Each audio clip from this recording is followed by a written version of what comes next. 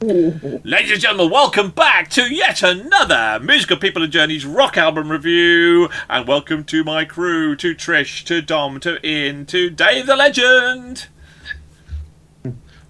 Anytime soon, boys, girls, you can say hi. Hello. Maybe, yeah, a bit of energy here in the room. Because without the energy, what I'm about to say to that adoring viewing public out there is please, before we kick in, like and subscribe to our show. Please help us get to 100 subscribers. Apparently it makes all the difference, and that would be really good, because the more we do it, the more bands we can interview, because they really wanna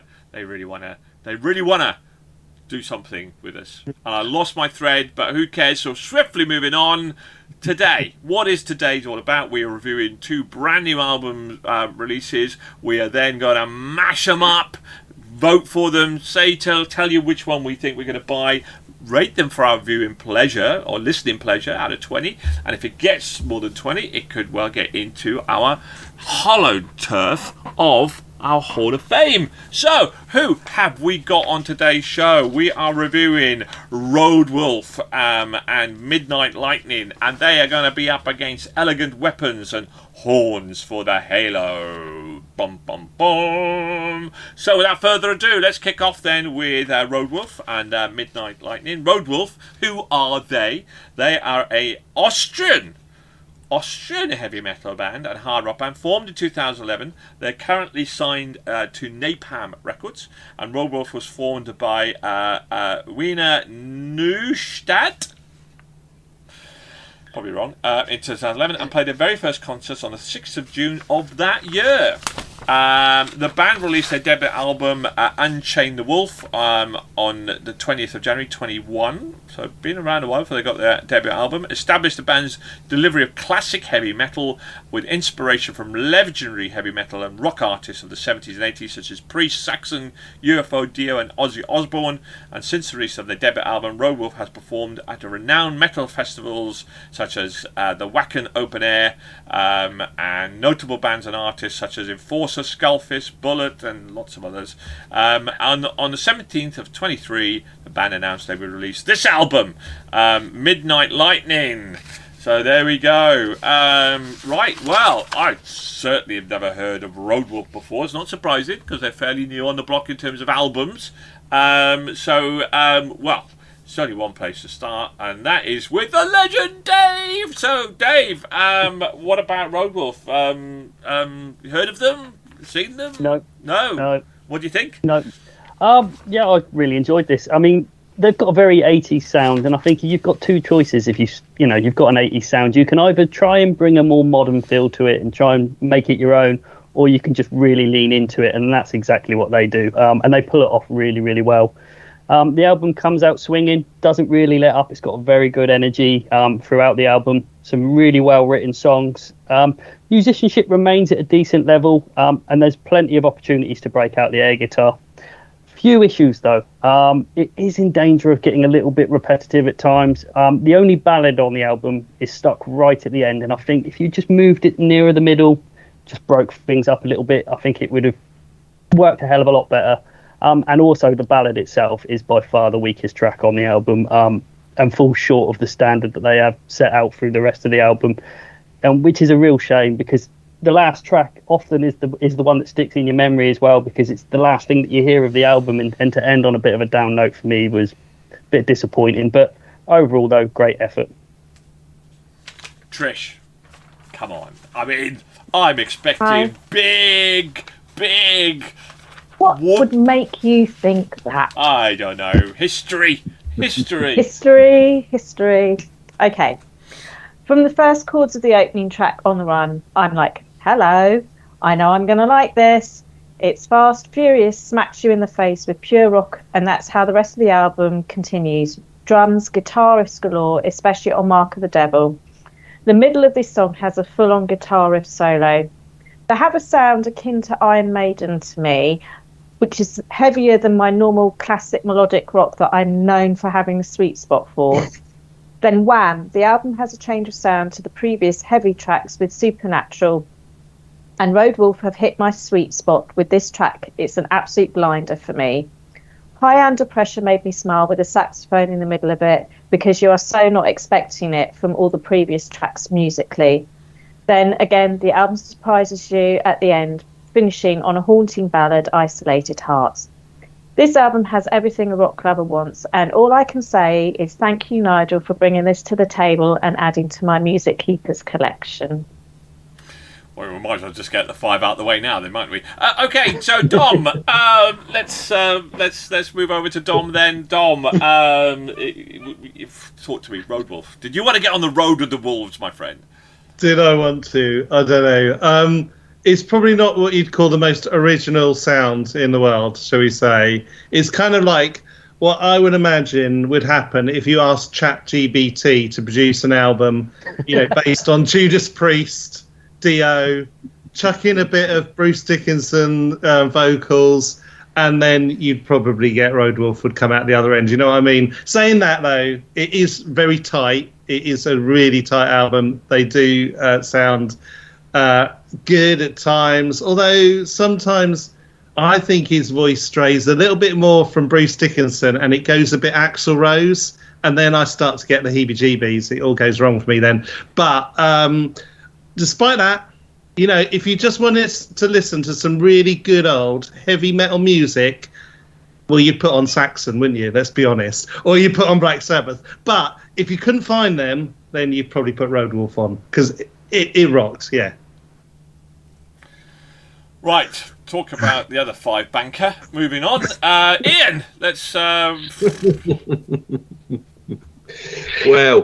Roadwolf. So, moving to Wolverhampton now, the word wolf appears everywhere, obviously, with the football club being Wolves. So, obviously, there I've thought Roadwolf, that's got a synergy with what is probably in my conscious at the moment. So, I was really looking forward to this.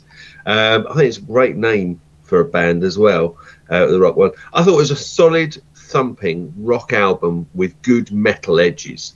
I agree it's akin to Iron Maiden, and I also agree that the vocals start off with Bruce Dickinson and just go on his own, but on his own thing. But again, Dom, heads towards Axl Rose.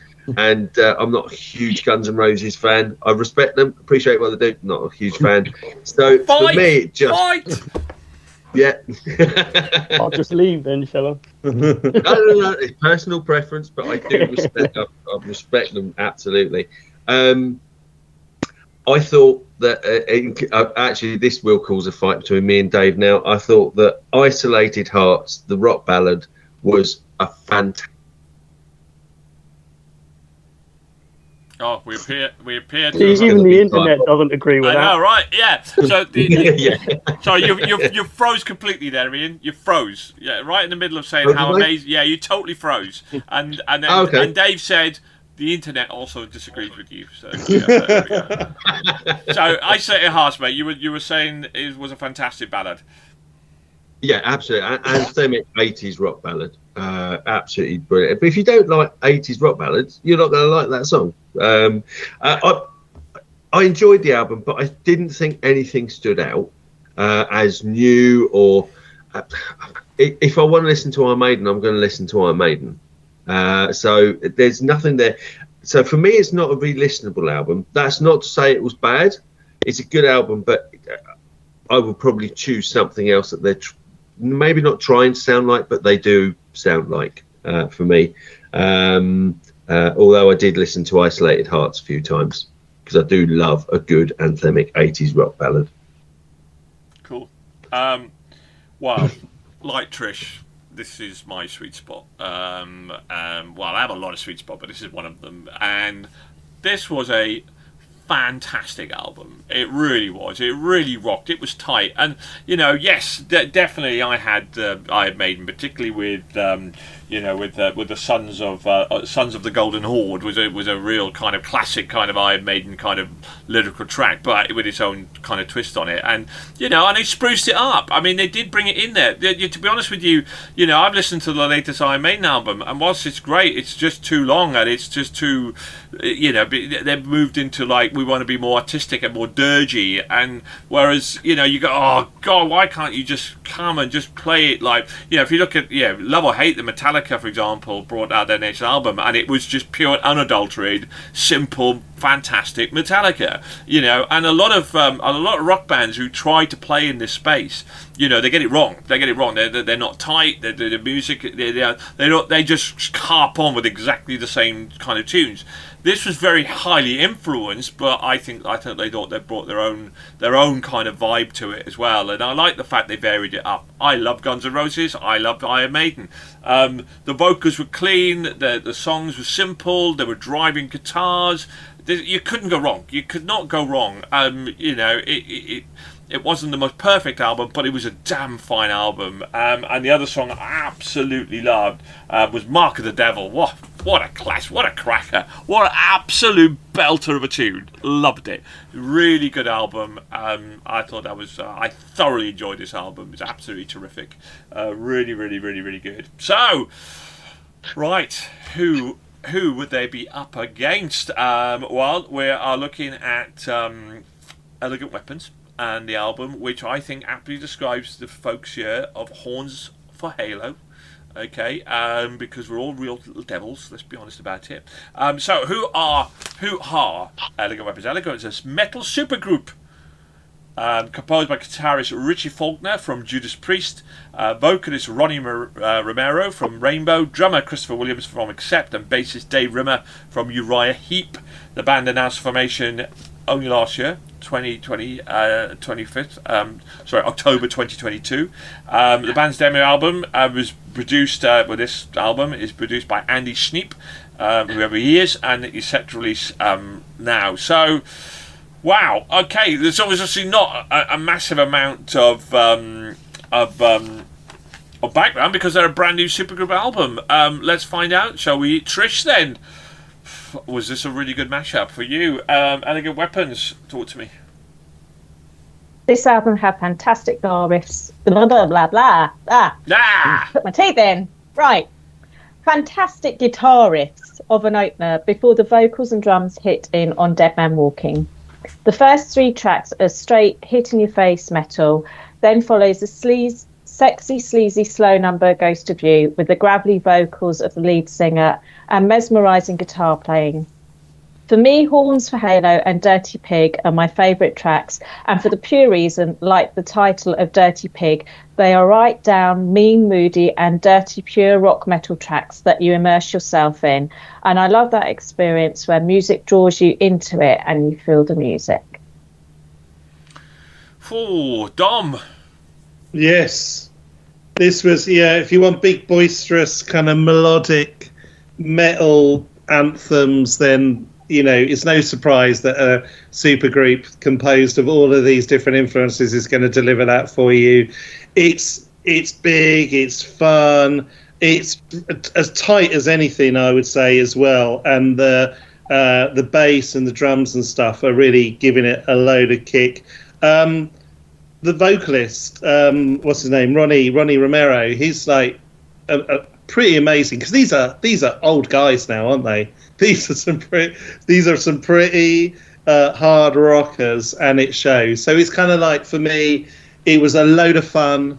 It was big and boisterous, and just that experience shines through in it, really. So yeah, I thought it was a great album. Much better than Roadwolf. Mate, just cool your jets, sure. Okay, cool your jets, sure. You'll get your say on whether it was better than Roadwolf. Okay, all right, cool your jets. Ian. So, listening to everyone say things shows my rock knowledge may not be as good as I like to think it would be, and I say that because in your introduction you listed this like who's who of rock pretty much in there, I put, so I'm going to start at the back at the end of it and work backwards. I thought it sounded like a really good support act at a concert. So when you said who's in it, I'm like, that's because because it's all about what we hear. So, but it also shows that I haven't got a clue when it comes to this kind of rock and what's going on. But then, does anybody? That's why we're on the journey, my friend. That's what we call musical people journey. We're on a journey. Absolutely. So, absolutely. Obviously, my vein is musical music, and I probably would have a little bit more of an ear for that as it was. But it's kind of listening to albums blind is really cool. I really like it because then you get shocks like this, which is really good. I agree. Dead Man Walking has an absolutely beautiful intro, absolutely amazing, and then leads into a solid opener track. I thought I really enjoyed the album as a whole. There's nothing else that absolutely stood out as a track I really liked, but I didn't dislike anything at all. And what I put here is that because it's had that support act sound, it does indicate that maybe even better is to come. So I apologise for those comments. I hope Ronnie doesn't listen to this. I so hope Ronnie doesn't listen to this. Anyway, so Dave, what's the point of not being honest?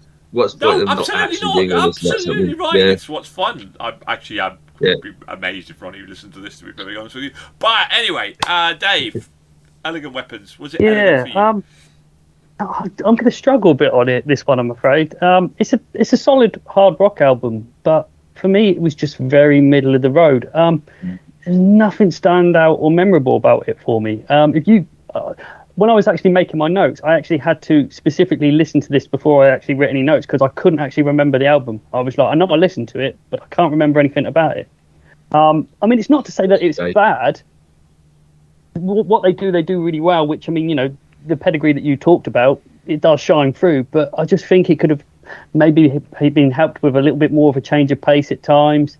But there was just nothing there that stood out, made it memorable. Easily enjoyable, but easily forgettable is what I wrote at the end. Well, I'm afraid. Thank you, Dave. If Ghost for You and Lights Out are not memorable, then you need to definitely need to take those in again. I don't know. I'm in some ways I'm quite pleased. Ronnie Romero's kind of been.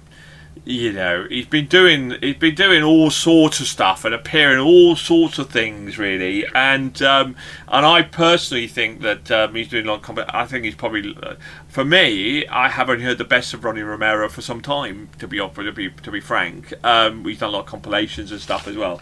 So for me, and I listened to the album without, and I went, oh, that voice sounds familiar, and then obviously discovered it was Ronnie Romero, and it was just like, do you know what? Really pleased actually that he's done a proper, real good album. And this rocked out. It's a rock out album. It was absolutely terrific, really tight. I thought it was some good variation in there as well. I liked it. I really did. I thought it was a really tight, rocking album.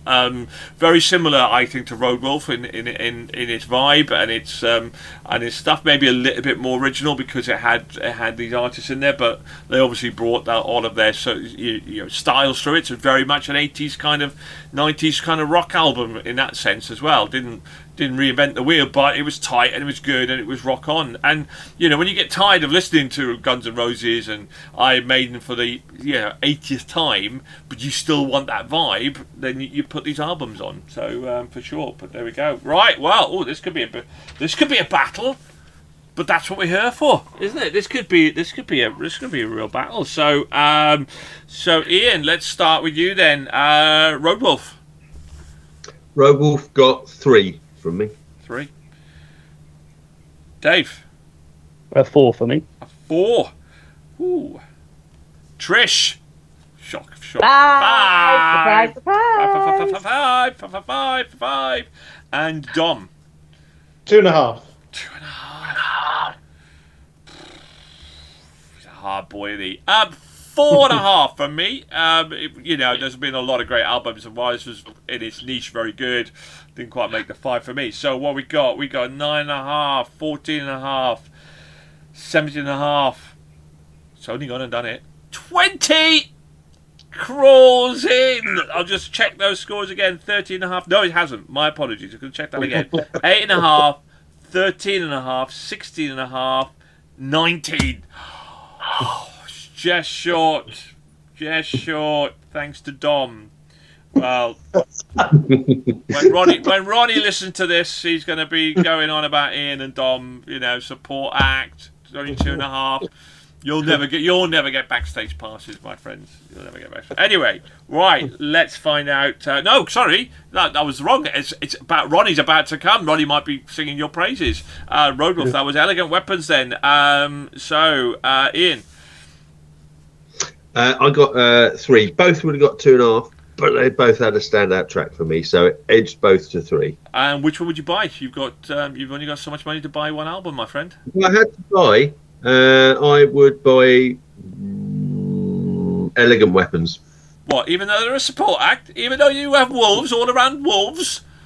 Yeah, because Roadwolf was described as not really listenable, but not bad. No, that's okay. No, that's fine. I'm doing teasing. Dave, Elegant Weapons. 3. 3. Oof, 1 apiece. Roadwolf, get it. Trish. 4.5. She kept that 5 battle out. Oh, Roadwolf's running on this one. And Dom. 3.5. 3.5. Woo! Yeah. Whoop, whoop, whoop. So, well, this is interesting because we're tying at the minute with 2 apiece. I've also given Elegant Weapons a 4.5. So we're at a tie, but let's first of all find out if they got into the Hall of Fame. So 9, 12, 15, 18.5. 18.5. So it didn't quite make up for it. I'm just going to count that up again. 9, 12, 15, 18.5. So, but No pressure, but do the right thing, Nigel. I'm giving it to Roadwolf. There's a couple of other standout tracks for me there as well. Because Mark of the Devil, I think it's got to be Mark. I'm going to because Mark of the Devil. I just love that tune. It's really, really good. And also Sons of the Golden Horde. I really wish Iron Maiden would go back to some. I've just produced like really cool, simple songs like that, which they were so great at. I'm not saying that their music isn't great, but I'd also like I love the simplicity of and the storytelling of Iron Maiden. So, but anyway, Roadwolf gets it. They get it by 0.5 point, plus they get the vote for it. So Roadwolf win this Battle of the Bands matchup. But by God, it's super close. Both albums super tight. 19, 8.5. Really good rock albums. Definitely worth checking out. And I tell you what else is worth checking out. Our like and subscribe button. Get us up there, everybody. Come on, you can do it. Okay, thank you very much. What an album review. What a show. Thank you very much to my wonderful panel, to Ian, to Dave, to Trish, and to Dom. Thank you, guys. Thank you. Thank you. Hey, everybody, keep on rocking out there. Keep on tuning. And please check our channel out for wonderful interviews and more wonderful album review content. Thank you very much, everybody. Goodbye. And God bless out there, everybody. Take care. Bye.